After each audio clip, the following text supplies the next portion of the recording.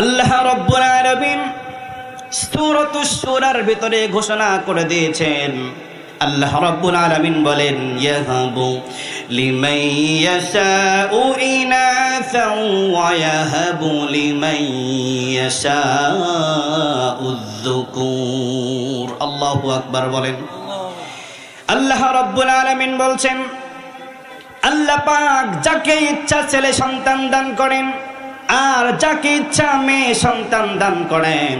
এর পরের আয়াতে আল্লাহ রাব্বুল আলামিন বলতেছেন, আও ইউযাউযুহুম যুকরানা ওয়া ইনাসা। আল্লাহ পাক বলতেছেন, আর যাকে ইচ্ছা ছেলেও দেন মেয়েও দেন।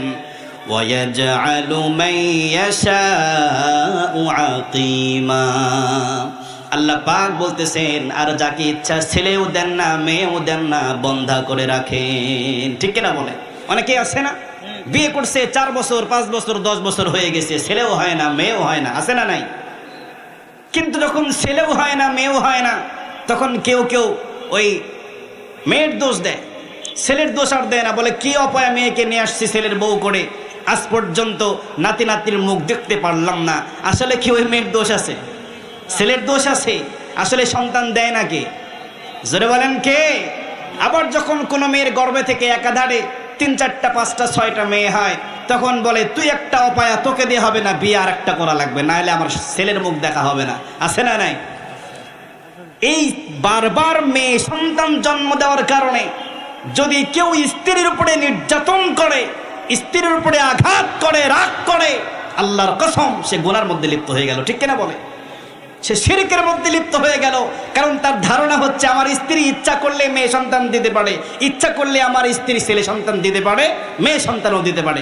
তার সে যদি মেয়ে সন্তান বারবার জন্ম দেওয়ার কারণে রাগ দেখায়, ক্ষোভ দেখায়, যে এইবার যদি তোর পেট থেকে মেয়ে সন্তান হয় তোকে আর রাখবো না, একদম তালাক দিয়ে দেব, এই কথা যে বলল সে শিরিক করে ফেললো। কি করে ফেললো?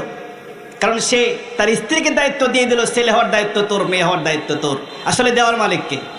আরো জোরে বলেন কে? আল্লাহ সুবহানাহু ওয়া তাআলা।